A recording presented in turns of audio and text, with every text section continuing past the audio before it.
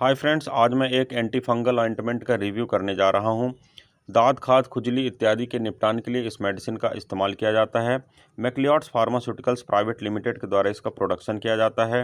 Composition के रूप में इसमें लूलिकोनाजोल 1% बाई वेट की मात्रा में उपलब्ध होता है। कीमत की अगर बात करें तो 10 ग्राम का एक ट्यूब मार्केट में 170 रुपीज़ का उपलब्ध होता है।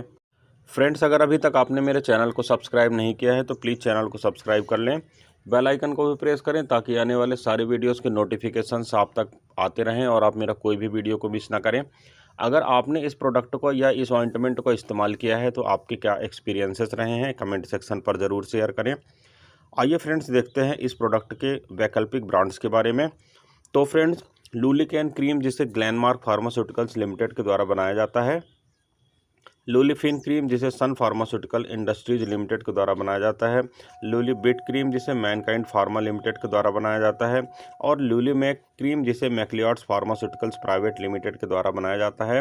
फ्रेंड्स, मार्केट में मिलने वाले सेम कंपोजिशन के साथ उपलब्ध ये कुछ ऐसे ब्रांड्स हैं जो आप इस ऑइंटमेंट के ना मिलने की स्थिति पर भी परचेस करके अपना काम चला सकते हैं और सेम इफेक्ट को प्राप्त कर सकते हैं, क्योंकि अंदर का मॉलिक्यूल या साल्ट इनका सेम होता है और आपको इफेक्ट भी सेम प्राप्त होता है। अब देखते हैं फ्रेंड्स इसके कुछ प्रमुख इस्तेमाल के बारे में। तो जैसा मैंने पहले आपको बताया, यह एक एंटी फंगल ऑइंटमेंट है और फंगल से जुड़ी किसी भी समस्या को निपटान करने में सक्षम होता है। फ्रेंड्स, फंगल के कारण होने वाला जो इचिंग होता है, इन्फेक्शन होता है, खारिश होता है, खराश होता है, दाद होता है, खुजली होता है, उस सब चीज़ों के निपटान के लिए इस मेडिसिन का इस्तेमाल किया जाता है। नाखूनों में होने वाले फंगल इन्फेक्शन के लिए भी लोकल एप्लीकेशन के रूप में इस मेडिसिन का इस्तेमाल किया जाता है। साथ ही रिंग वर्म के लिए या किसी भी प्रकार के और अदर फंगल इन्फेक्शन जहां पर प्रीडोमिनेंट हो रहा है, वहां पर इस मेडिसिन का इस्तेमाल किया जाता है। अब देखते हैं इस प्रोडक्ट के कुछ कॉमन साइड इफ़ेक्ट के बारे में। तो फ्रेंड्स, एप्लीकेशन साइड रिएक्शन, इसका जो मेन कॉमन साइड इफ़ेक्ट होता है वह होता है, इसमें शामिल होता है स्किन का बर्निंग होना, इरिटेशन होना, इचिंग होना और रेडनेस होना। जहां पर हमने क्रीम या ऑइंटमेंट को इस्तेमाल किया है वहां पर स्किन जलती हुई महसूस हो सकती है, इरिटेट हो सकती है स्किन, वहां पर खुजली हो सकती है, लाल लाल जैसे चकत्ता पड़ सकता है। तो ये सारे जो कॉम्प्लिकेशंस होते हैं वह साइड इफ़ेक्ट के रूप में देखे जाते हैं।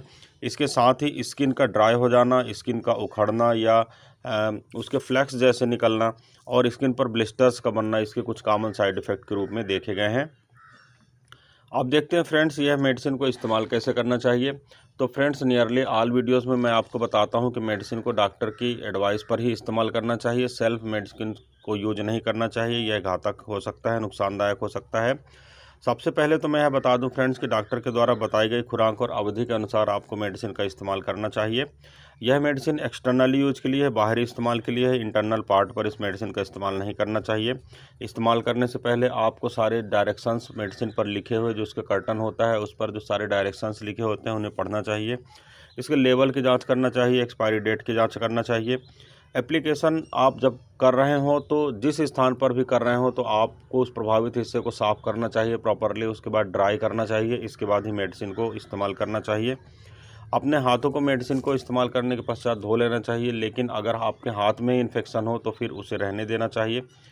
एक बात और बता देना चाहता हूँ कि फंगल इन्फेक्शन पर, यदि जैसे रिंग वर्म या किसी और इन्फेक्शन पर आप इस मेडिसिन को इस्तेमाल कर रहे हैं तो यह एडवाइजेबल है कि आप गोल सर्कल बनाएं और जिस एरिया तक रिंग वर्म है उससे लगभग 1 सेंटीमीटर या 2 सेंटीमीटर बाहर की एरिया तक में मेडिसिन को अप्लाई करें, ताकि अगर किसी प्रकार का फंगल इन्फेक्शन स्प्रेड हो चुका हो तो वह भी क्लीन आउट हो सके।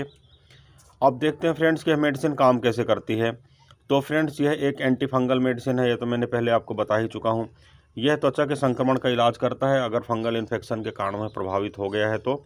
यह जो फंगस होता है उसका जो स्किन के बाहर स्किन पर जो फंगस होता है उसकी जो सेल मेम्ब्रेन होता है उसे डिस्ट्रॉय कर देता है, सेल मेम्ब्रेन को नहीं बनने देता है। और ऑब्वियस सी बात है, कोई भी बैक्टीरिया, वायरस या फंगस अगर उसकी बाहर की आउटर कवरिंग नहीं रहेगी, सेल वॉल नहीं रहेगी, तो ये सर्वाइव नहीं कर पाएगा और फंगस डेड हो जाता है। और इस प्रकार आप अपने लक्षण जैसे डिस्कम्फर्ट का होना, इचिंग का होना, इरिटेशन का होना इत्यादि, ये जो सारे आपकी प्रॉब्लम्स होते हैं इससे आप निजात पाते हैं, आप राहत पाते हैं।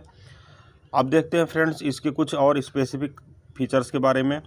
तो फ्रेंड्स, स्किन इन्फेक्शन के लिए इस मेडिसिन का इस्तेमाल किया जाता है। फंगस के कारण होने वाली प्रॉब्लम के लिए मैंने आपको पहले ही बताया है। कुछ कंडीशन में एथलीट्स फूड्स में भी इस मेडिसिन का इस्तेमाल किया जाता है।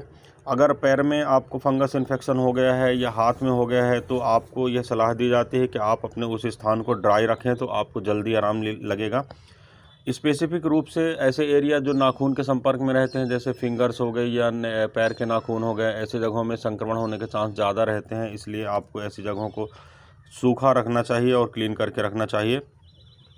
आपको अपने नाखूनों को छोटा रखना चाहिए और ओपन टोज शूज़ पहनना चाहिए ताकि आपको एयर वगैरह का उसमें डिस्कम्फर्ट ना हो सके। आपको फंगल इन्फेक्शन से बचने के लिए सेपरेट टॉवल वगैरह या जितने भी फोमाइड्स होते हैं उनका सेपरेटली यूज़ करना चाहिए। किसी के टॉवल यूज़ नहीं करना चाहिए, सॉक्स यूज़ नहीं करना चाहिए, शूज़ यूज़ नहीं करना चाहिए। जितने ये सारे फोमाइड्स आर्टिकल होते हैं आपको सेपरेटली ही यूज़ करना चाहिए ताकि किसी दूसरे का इन्फेक्शन आप तक न आ सके। आपको मेडिसिन के सफिशिएंट अमाउंट लगाना चाहिए, ऐसा नहीं कि मेडिसिन की कम मात्रा में लगाएं और फंगल इन्फेक्शन कवर ना हो सके। इसलिए आपको एडवाइस किया जाता है कि 1 इंच का जो सर्कल होता है, जहां पर भी जैसे रिंग वर्म आपको हो रखा है, तो 1 इंच का चारों ओर का सराउंडिंग स्ट्रक्चर आप ज़्यादा मेडिकेशन करें ताकि वह भी स्ट्रक्चर कवर हो जाए, वह भी एरिया कवर हो जाए। आपको इस मेडिसिन को लगाने के बाद लगभग 7 से 10 दिन के बीच में आपको राहत महसूस होती समझ में आती है। आपका पूरा एरिया ड्राई हो जाता है, क्लीन भी हो सकता है, परंतु उसका मतलब यह बिल्कुल नहीं रहता है कि फंगल इन्फेक्शन पूरी तरह से ठीक हो गया है। इसलिए आपको इस मेडिसिन को मिनिमम 20 डेज़ या 30 डेज़ के लिए एडवाइस किया जाता है। कम से कम आपको इस मेडिसिन को 1 महीने तक इस्तेमाल करना चाहिए ताकि यह रिलैप्स ना हो सके। किसी भी कंडीशन में अगर थोड़ा बहुत डिसीज़ भी बचे तो वह कॉम्प्लिकेशन कर सकता है, दोबारा बैक हो सकता है। इसलिए आपको इस मेडिसिन को कम से कम 1 महीने के लिए इस्तेमाल करना चाहिए। अगर आप कुछ समय बाद मेडिसिन लगाने के बाद अच्छा महसूस कर रहे हैं तो भी पूरी तरह से रोग जाने के बाद ही आप मेडिकेशन या डॉक्टर के एडवाइस के बाद ही मेडिसिन आपको बंद करना चाहिए। अगर किसी भी प्रकार का इन्फेक्शन अधिक हो रखा है तो इसके साथ साथ कुछ ओरल मेडिसिन या ओरल कैप्सूल्स वगैरह, एंटी फंगल मेडिसिन वगैरह आपको उपलब्ध कराई जाती हैं। इसके साथ ही पैरेलल इचिंग की मेडिसिन दी जा सकती है अगर कभी कुछ आवश्यकता समझ में आती है डॉक्टर को। तो हालांकि स्टेरॉइड तो इसके लिए कॉन्ट्राइंडिकेटेड रहता है, फंगल इन्फेक्शन स्टेरॉइड देने के बाद बढ़ जाता है, परंतु तुरंत की कंडीशन में थोड़ा सा इसे सबसाइड करने के लिए, सप्रेस करने के लिए अगर डॉक्टर को उचित लगता है तो थोड़ा बहुत स्टेरॉइड आपको दे सकता है कवर करने के लिए। और आप अपने से स्टेरॉइड का सेवन ना करें, यह घातक हो सकता है। मेडिसिन को आपको नाक के अंदर या मुंह के अंदर या आंख के अंदर लगाने से बचना चाहिए और अगर एक्सीडेंटली एक्सपोजर हो जाता है तो आपको तुरंत ही पानी से, ज़्यादा मात्रा में पानी से आपको इसको क्लीन करना चाहिए। और फ्रेंड्स, इस मेडिसिन को अगर रेगुलर यूज़ करने के बाद 3 से 4 सप्ताह अगर आप मेडिसिन को यूज़ कर रहे हैं और अगर आपको किसी भी प्रकार के रिजल्ट प्राप्त नहीं हो रहा है तो आपको मेडिसिन को बंद करके डॉक्टर से परामर्श करना चाहिए। अब फ्रेंड्स देखते हैं इसके कुछ स्पेसिफिक जो सेफ्टी फीचर्स होते हैं उनके बारे में। तो फ्रेंड्स, अगर मैं अल्कोहल की बात करूं तो मेडिसिन के सेवन के दौरान आपको अल्कोहल का इस्तेमाल नहीं करना चाहिए। यह हार्मफुल हो सकता है, लीवर में टॉक्सिसिटी डेवलप कर सकता है। गर्भावस्था और स्तनपान अगर आप करा रहे हैं तो आपको अपने डॉक्टर से इस बारे में उचित परामर्श करना चाहिए। किडनी और लीवर रोग से जुड़ी किसी समस्या का सामना अगर आप कर रहे हैं तो आपको डॉक्टर से परामर्श करने के पश्चात ही मेडिसिन का सेवन करना चाहिए। और अगर आप गर्भावस्था के दौरान हैं तो आप डॉक्टर से परामर्श करें, यह आपके बच्चे को किसी प्रकार से नुकसान पहुंचा सकता है। हालांकि ये सेफ मेडिसिन है, इसके इतने ज़्यादा डाटा उपलब्ध नहीं है, फिर भी एक बार आपको अपने डॉक्टर से परामर्श अवश्य करना चाहिए। और फ्रेंड्स, इस मेडिसिन को रेगुलरली कवर करना चाहिए, परंतु अगर आप रेगुलरली इस मेडिसिन को यूज़ नहीं कर सकते हैं तो आपको सप्ताह में कम से कम 3 दिन के लिए इस मेडिसिन का इस्तेमाल करना चाहिए।